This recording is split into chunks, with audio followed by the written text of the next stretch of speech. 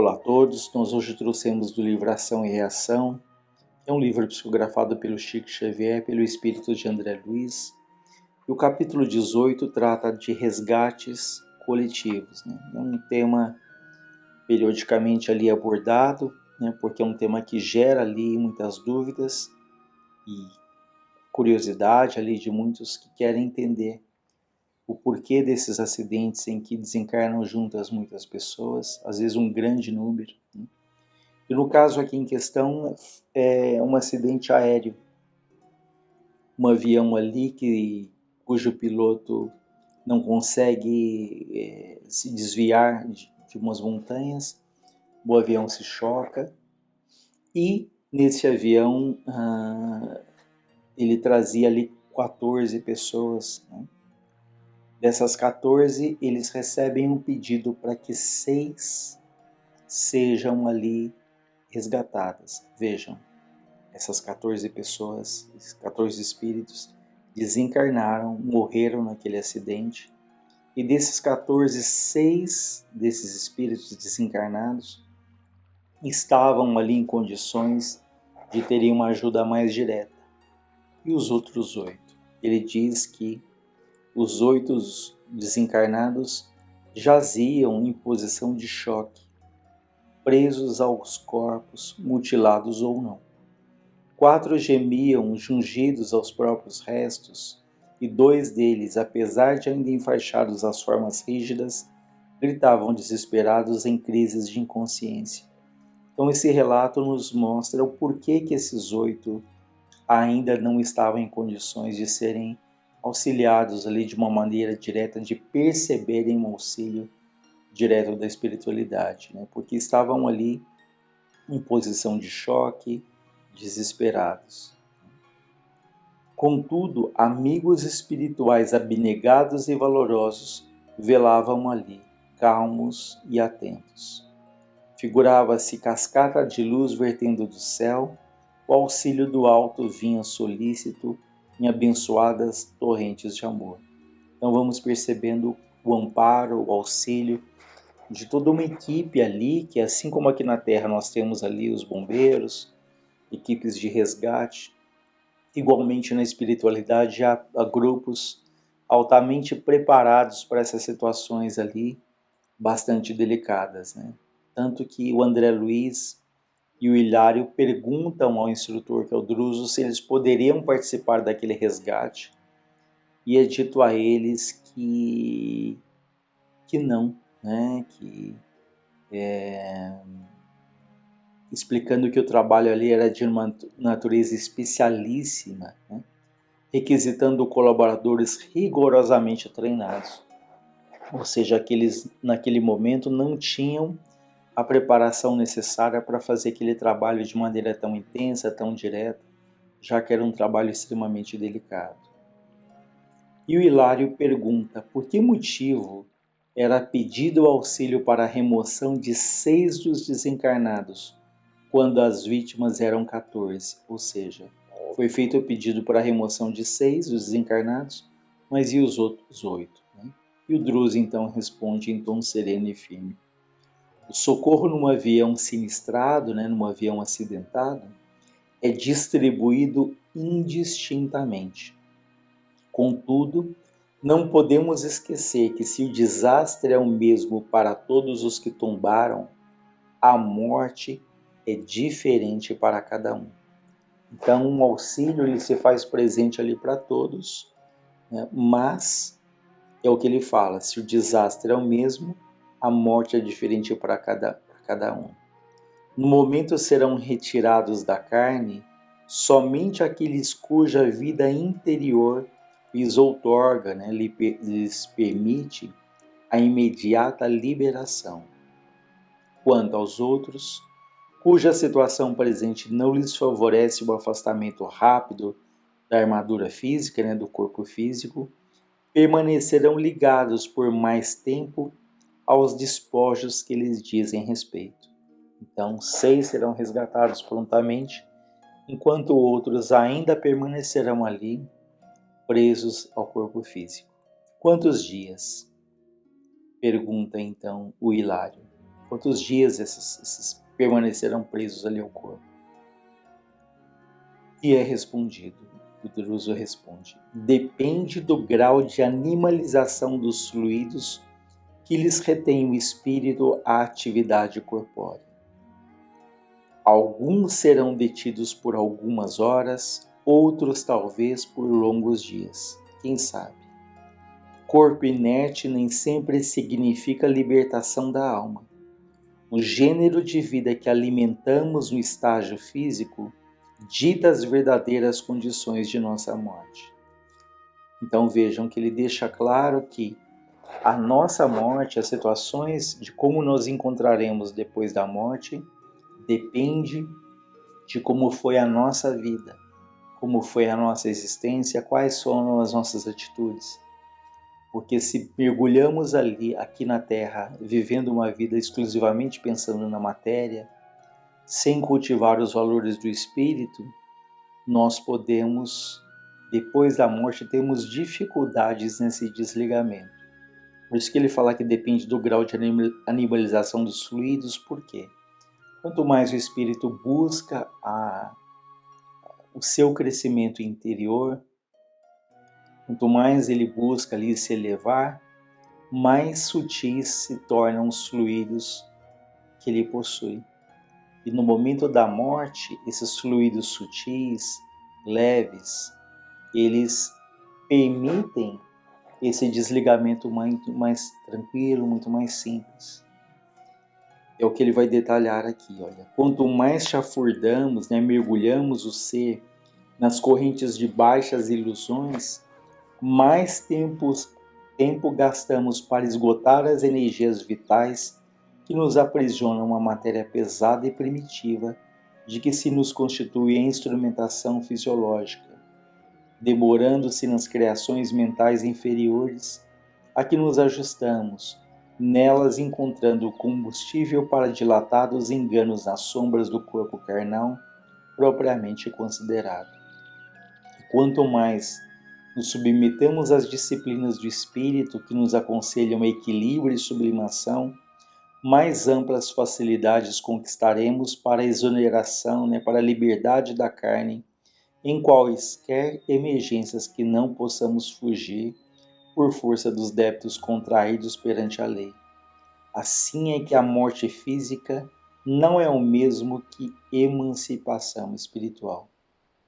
Então vejam que aquele que se dedica ali ao próprio crescimento, que cultiva aqui em vida os valores ali do espírito, o bem-querer ali aos outros, esse tem ali uma preparação para que essa morte física ela signifique de fato uma emancipação espiritual, ou seja, uma liberdade espiritual. Então, quando se fala tanto ali da automelhoria, da nossa ligação com a mensagem do Cristo, com a vivência do Evangelho, não é uma mera questão mística, mas isso tem profundo impacto no nosso dia a dia, quando estamos aqui na Terra, mas também tem um impacto enorme quando se trata do nosso desencarne. Se vai ser um desencarne, uma passagem mais tranquila ou não, tudo dependendo ali das nossas próprias construções, das nossas próprias criações enquanto estamos aqui na Terra. E o instrutor continua dizendo: isso, no entanto, não quer dizer que os nossos companheiros acidentados estarão sem assistência, embora coagidos a temporária detenção nos próprios cessos. Ou seja, aqueles 8 que não serão prontamente resgatados, eles não deixarão de ter assistência, não deixarão de ter ajuda. E o Druso reforça isso. O amor infinito de Deus abrange o universo. Ninguém vive desamparado. Os irmãos que se demoram enredados, presos ali em mais baixo teor da experiência física, compreenderão gradativamente o socorro que se mostram capazes de receber. Então esses outros 8, com o tempo, gradativamente, eles vão perceber a ajuda que se faz ali presente. Mas naquele momento eles estão de tal maneira desesperados, estão de tal maneira angustiados que eles não percebem essa ajuda que se faz ali tão intensa. Né? Somente 6 dos 14 estavam prontos ali para ter uma liberação imediata. Todavia, reparou Hilário, não serão atraídos por criaturas desencarnadas de inteligência perversa, já que não podem ser resguardados de imediato? Ou seja, esses 8 não serão atraídos ali por espíritos obsessores? Druso responde, sim, na hipótese de serem surdos ao bem, é possível que se rendam às sugestões do mal, a fim de que pelos tormentos do mal se voltem para o bem. No assunto, entretanto, é preciso considerar que a tentação é sempre uma sombra a atormentar-nos a vida de dentro para fora. Vejam, a tentação é sempre algo que vem de dentro para fora. Ainda que tenhamos as influências externas, né, os apelos para que nos envolvamos em situações difíceis, nós só vamos mergulhar nessas situações, optar por esses caminhos difíceis se trazemos dentro de nós essas dificuldades. Ele complementa dizendo, a junção de nossas almas com os poderes infernais verifica-se em relação com o inferno que já trazemos dentro de nós.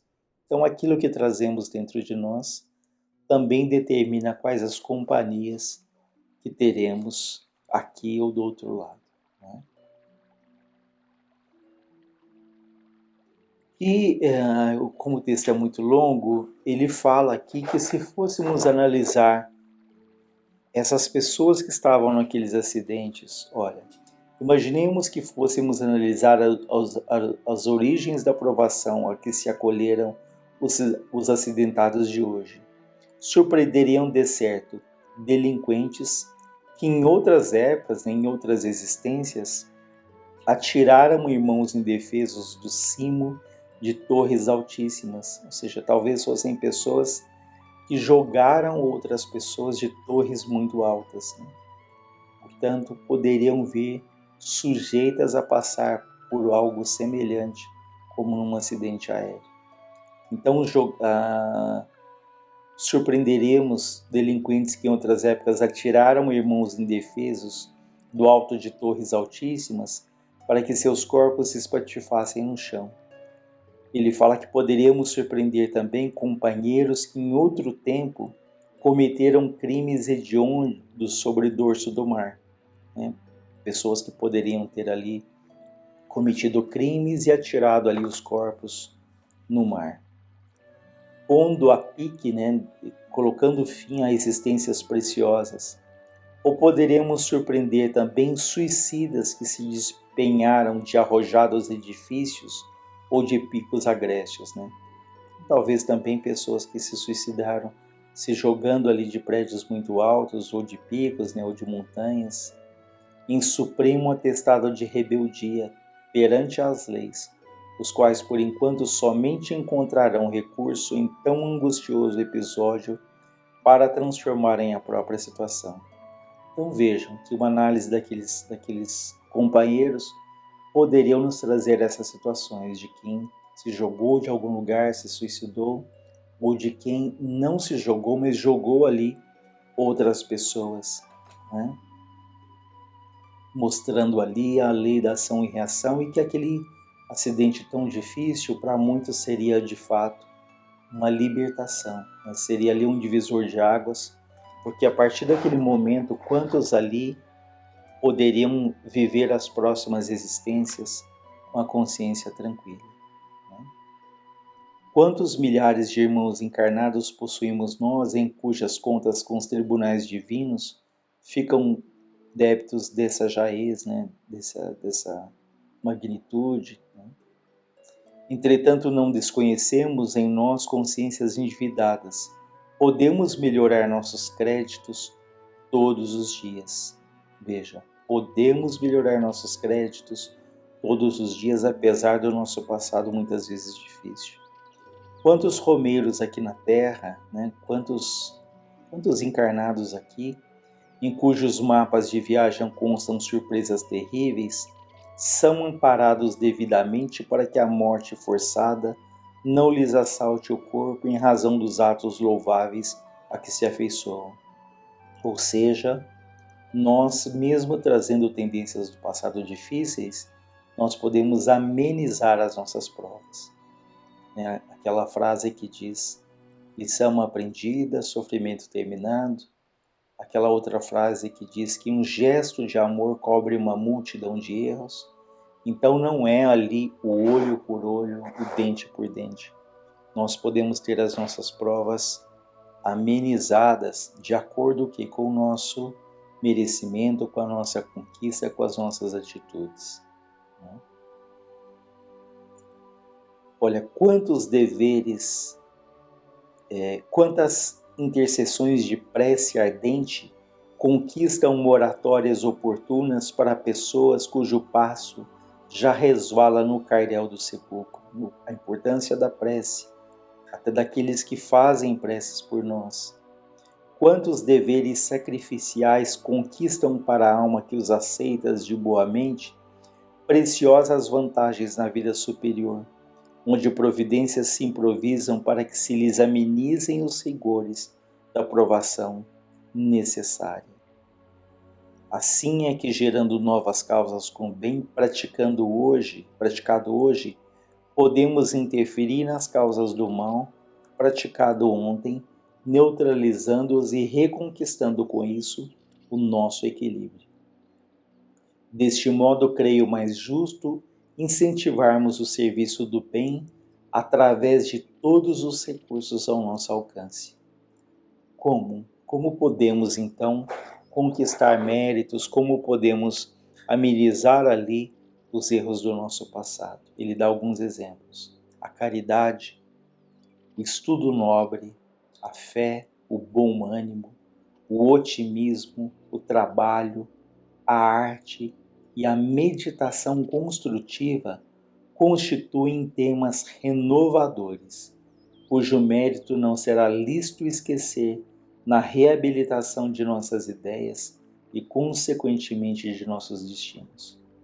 Então, nos apeguemos muito a esse trecho que deixa claro, que a caridade, que o estudo, que a fé, que o bom ânimo, que o otimismo, o trabalho, a arte, a meditação, enfim, pontos que desenvolvem a nossa sensibilidade, pontos que vão ali desenvolvendo o nosso caráter, sobretudo ali a nossa modificação moral.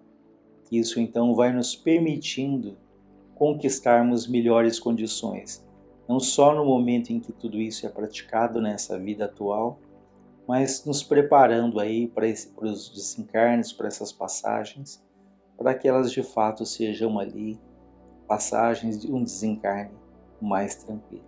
Lembrando uma vez mais aquela frase que diz, um gesto de amor cobre uma multidão de erros. Jesus, Deus, não quer o nosso sofrimento. Ele quer o que? O nosso aprendizado. Então, deixando claro que nunca há ali a punição, mas é sempre o quê?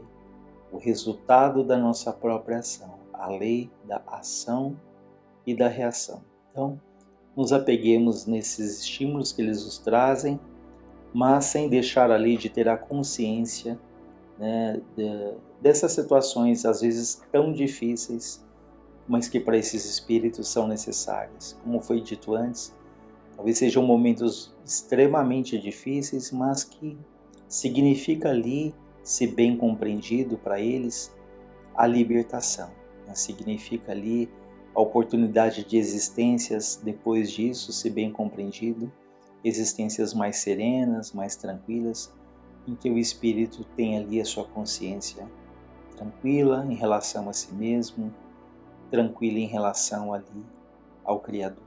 Então, que Deus nos ampare, nos abençoe e que vibremos por todos esses companheiros que desencarnam nessas situações para que eles aceitem a ajuda que lhes é oferecida, que eles estejam ali receptivos, preparados, né, para que esse socorro que é tão intenso se faça ali presente nessas situações difíceis. Que Deus os ampare e nos ilumine.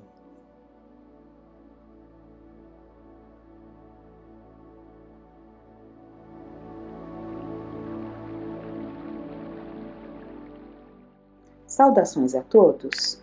Abordávamos no livro Espelhos da Alma, uma jornada terapêutica,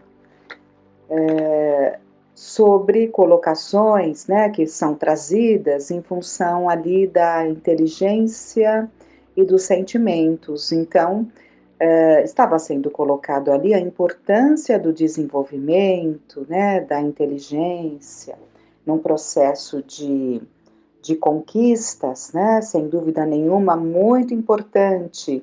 Mas nós paramos justamente no ponto em que ele coloca, o autor do texto que estamos vendo, ele coloca que a Joana de Ângeles nos fala, sem dúvida, a inteligência é responsável pela grande horizontal das conquistas humanas.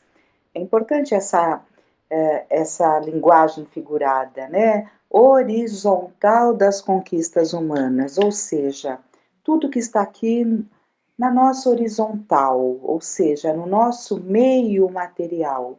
Então, sem dúvida que o desenvolvimento da inteligência é importante, é o responsável justamente por este crescimento na horizontal, né? Mas, continua ela, o sentimento é a grande vertical na direção de Deus, no centro em que se encontram as duas vertentes, está o coração pulsando em amor e cantando as glórias do existir. Então, claro e é natural que exista a valorização da inteligência, uma vez que ela coloca no centro o coração pulsante em amor, né? Mas é imprescindível que essa ascensão na vertical também se dê, porque o grande problema é quando ficamos apenas nas conquistas da horizontal, na capacitação, no desenvolvimento da nossa inteligência, né? Então, continuando o texto, o problema não está no desenvolvimento da inteligência, mas na crença de que ela determina o valor do homem, de que todos os esforços devem se voltar para ela, pois o sujeito da intelectualidade, entre aspas, né? Sujeito da intelectualidade é aplaudido, premiado e consagrado em nosso mundo. Então, percebemos claramente que existe um estímulo, um incentivo muito grande a nos desenvolvermos nas capacidades intelectivas que atraem aplausos, né? Abre portas para melhorias, abre portas para sucesso, enfim, tudo contribui para que nos descuidemos no sentido de ficarmos focados no desenvolvimento na horizontal, apenas o desenvolvimento da inteligência. Continuando, pior que isso é ainda identificar que para muitos a intelectualidade é usada como mecanismo de defesa do ego, impedindo a verdadeira transformação moral. Não é uma crítica ao desenvolvimento da inteligência, posto que a moralidade decorre deste. Olhem aqui, pessoas muito descuidadas da parte do desenvolvimento da inteligência, que entendem que basta sentimento, né? Olhem o que estamos analisando. Não é uma crítica ao desenvolvimento da inteligência, posto que a moralidade decorre deste. Então, há necessidade do desenvolvimento da inteligência. Tanto que o Espírito de verdade, né, como consolador prometido, ele nos coloca amai-vos uns aos outros, e acrescenta, e instruí-vos. Né? Como Jesus, temos o alerta, conhecei a verdade vos libertará. Para conhecermos a verdade, temos que desenvolver a nossa inteligência, a nossa capacidade de entendimento. Né? Então, não resta dúvida que é importante.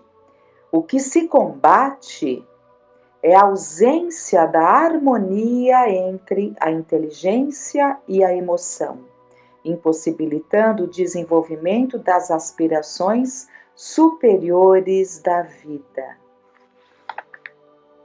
Para concluir esse tópico, fizemos 2 citações claras e comoventes para as bases até então estabelecidas deste presente em forma de capítulo, no qual Joana nos oferece um belíssimo convite à vivência da emotividade para equilíbrio da intelectualidade. Então vamos abrindo aspas para Joana de Ângeles. A inteligência desenvolvida e cultivada, sem o controle das emoções radicadas nos princípios valiosíssimos do amor, torna-se alucinada, exacerbada pelo egoísmo de que se nutre, em detrimento das necessidades humanas que se movimentam em toda parte.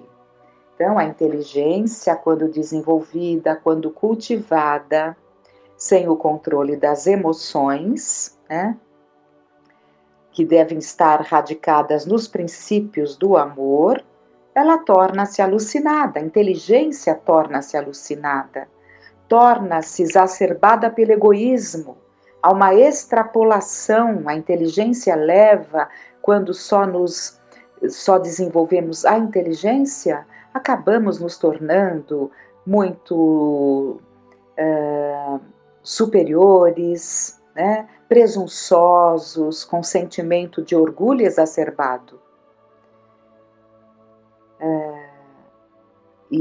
E continua o texto, então. E na continuidade, diz o autor, encontramos o cuidado que precisamos ter com a busca pelo conhecimento, entendendo que ele nos abre para a compreensão da realidade. Mas, vamos abrir aspas novamente para Joana, quando não é nutrido pelo sentimento ético, conduz à cegueira da razão, que somente se direciona para o imediatismo do prazer e do interesse pessoal, com parcial ou total indiferença pelo que sucede em volta. Exatamente isso. Fecha aspas para Joana de Ângeles. E no tópico seguinte, nós temos: cada jornada tem sua meta, porque o tema deste capítulo que estamos vendo é o contexto e o convite da jornada, né? Essa jornada, que é essa caminhada do espírito. Vamos ver agora o tópico: cada jornada tem sua meta. Muitas pessoas questionam a si e aos outros em busca de uma resposta acertada sobre o motivo de estarem na Terra. Em geral, queremos saber qual é o nosso compromisso, se deveríamos casar ou não com essa ou aquela pessoa, trabalhar com o quê, fazer o quê, transformar o quê. Perguntamos qual nossa missão e vamos mirando para todos os lados, crendo nos agentes transformadores dos cônjuges, da família, do centro espírita, da sociedade.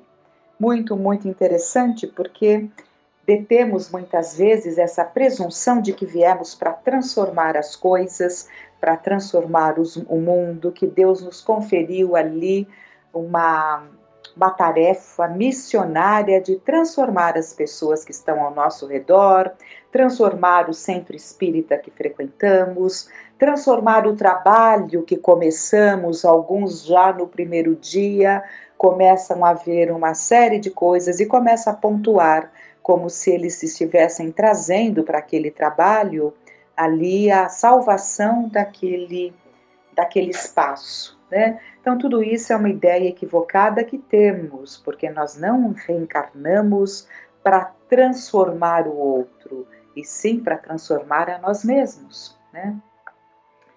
Então, continuando aqui.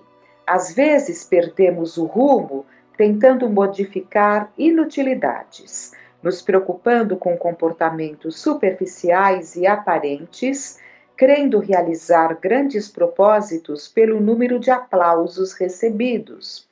E ainda podemos viver todos os dias desta reencarnação sem sequer perguntarmos o que estamos fazendo na Terra para logo mais vivermos a dor do desencontro interior. Cremos que à medida que o sujeito for capaz de identificar o contexto no qual está inserido, tanto o ambiente restrito dos membros de sua convivência, como o amplo social e cultural, e tiver coragem de olhar para dentro de si, conseguirá identificar seu chamado refletido no espelho a tocar sua alma. Se soubermos analisar o mundo e as pessoas que fazem parte dele, teremos condições de identificar as necessidades de aprendizagem e evoluirmos significativamente. O lugar onde estamos e o momento em que vivemos dizem muito das nossas necessidades de aprendizagem e do que precisamos aprender a ser, desde que tenhamos olhos de ver e ouvidos de ouvir. Como uma pessoa infectada por uma doença sexualmente transmissível pode se conscientizar da necessidade de resgate da ética pessoal e sexual, ou alienar-se de vez e desejar infectar o mundo com tal doença, todos nós sabemos encontrar na vida um convite ao despertamento interior ou viver as doenças do mundo atual e nos destrambelharmos nos descaminhos dos dias modernos. O que ela está colocando aqui, aliás, o autor, né, desse artigo, baseado nos estudos que a Joana de Ângeles nos traz, que se soubéssemos analisar, né, as pessoas que estão ali no nosso entorno, né, identificando também as nossas necessidades de aprendizagem, de evolução, conseguiríamos, né, um resultado maior, né, porque ela é afirmado que o lugar onde estamos, o momento que vivemos, falam muito das nossas necessidades de aprendizagem, né? E fala que é importante que tenhamos olhos de ver e ouvidos de ouvir. E em seguida, nesse parágrafo que eu acabei de ler, para refletirmos que tipo de entendimento da vida, que ética é essa que faz com que alguém que tem uma doença sexual transmissível, né, não busque conscientizar-se da necessidade de resgatar a ética pessoal. Então, dependendo ali da situação, temos que refletir. Se fui acometido por determinada doença infecciosa, né, estou infectado de uma doença sexualmente transmissível, o que foi que eu fiz? Onde foi minha falha?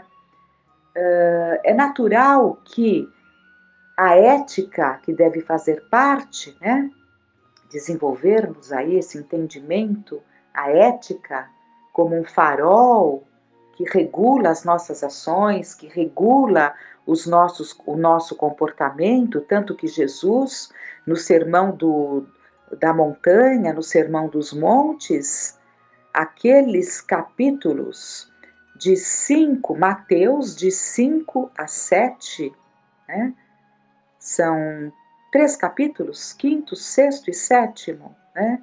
Em que ele nos trouxe ali, naquele dia, no alto ali da montanha, ele nos trouxe ali as bem-aventuranças, um verdadeiro código de ética que independe da crença, né? Mesmo para os não cristãos, um código de ética. Então, o que eles estão colocando é que aquele que foi acometido, né, por uma doença sexualmente transmissível, o normal, o natural, seria uma análise do que está acontecendo, né? Onde está a ética? Onde eu me perdi? Onde eu falhei no meu comportamento? Que atitude eu tive que desencadeou essa situação, né? E o parágrafo termina com ainda o destrambelhamento, né, dessas vontades que muitos têm quando acometidos de uma doença sexualmente transmissível, uma vontade de infectar os outros. Que senso de moralidade é esse? Que ética é essa? Independente de religião. Então, é isso que está sendo colocado. É preciso para isso, repetindo o finalzinho, uma capacidade de distanciamento, de reflexão e de autoanálise para não nos perdermos nas perturbações do mundo, mas através delas compreendermos nosso chamado e evoluirmos. Então, é preciso que nós não nos destrambelhemos também nesses descaminhos desses dias modernos, onde se perdeu o senso da razão, né? Então é preciso um distanciamento, mas ao mesmo tempo não uma alienação, uma compreensão, porque uma compreensão de tudo que está acontecendo, o entendimento dos porquês, do que leva a determinadas reações um ser humano, né, que faz aflorar ali coisas inconcebíveis, o que leva a tudo isso deve servir, né, através de todo esse panorama doloroso, destrambelhado, como foi dito aqui, é preciso que percebamos o nosso chamado, né, para podermos evoluir. Na justa medida que aceitamos nossa inferioridade e nossa precária condição moral, em detrimento do desejo de superioridade e da valorização privilegiada do intelecto, nos vemos impelidos à tarefa do autodescobrimento e por isso desejamos assumi-lo como o grande convite que estabelece a partir da análise dos dias atuais. Joana formaliza esse convite nas seguintes palavras, abre aspas, o grande desafio contemporâneo para o homem é o seu autodescobrimento. Então, temos ouvido constantemente esses chamados, né? Esse chamamento para que não deixemos de buscar de mergulhar em nós mesmos na busca do autodescobrimento. O autodescobrimento já foi anunciado a Kardec pelos luminares espirituais desde o início da codificação. Foi apresentado como o meio prático mais eficaz para nos melhorarmos nesta vida e para resistirmos ao arrastamento do mal. Mas às vezes parece que ainda estamos longe de compreender a excelsitude desta resposta. Quanto mais nos conhecermos, mais seremos tomados pelo sentimento de pequenez, de limitação, de simplicidade, que mais nos aproximará uns dos outros e mais nos aproximará de Deus. Certamente, muitos dos sofrimentos por nós vividos no amado planeta decorrem da falta deste reconhecimento interior. Ainda somos aqueles que se comparam a Deus, querendo determinar quando nossos entes queridos devem partir, quem deve ir antes, quem deve ir depois, quais os tipos de dores que podem nos acontecer e como as coisas devem ser estabelecidas caso não sejam da nossa vontade, e como as coisas devem ser estabelecidas. Caso não sejam da nossa vontade, nos rebelamos, deprimimos e nos tornamos amargos, atrapalhamos os outros. Então, que colocações sábias, né? O autodescobrimento realmente vai mostrar a nossa condição, a nossa pequenez diante dessa escalada evolutiva, a nossa pequenez. É preciso que tenhamos essa consciência, porque essa consciência da nossa pequenez fará com que busquemos. Aquele que acha que já está numa situação confortável, ele ficará paralisado e grande será a sua decepção quando ele realmente estiver diante de um espelho. Então, é isso que fica para nós, por hora, né? Para que reflitamos muito, muito. E muito importante essa última colocação, que nos sentimos tão superiores que nos colocamos como Deus, né? Queremos determinar as coisas, quando alguém deve partir, quando quem vai primeiro, quem vai depois. Que doenças nós aceitaríamos, que provas nós aceitaríamos, nós não falamos, não, isso eu não aceitaria, não é? É isso, somos nós, né? Somos nós. Então, que esses temas, que essas reflexões possam nos ajudar. Que fiquemos em paz.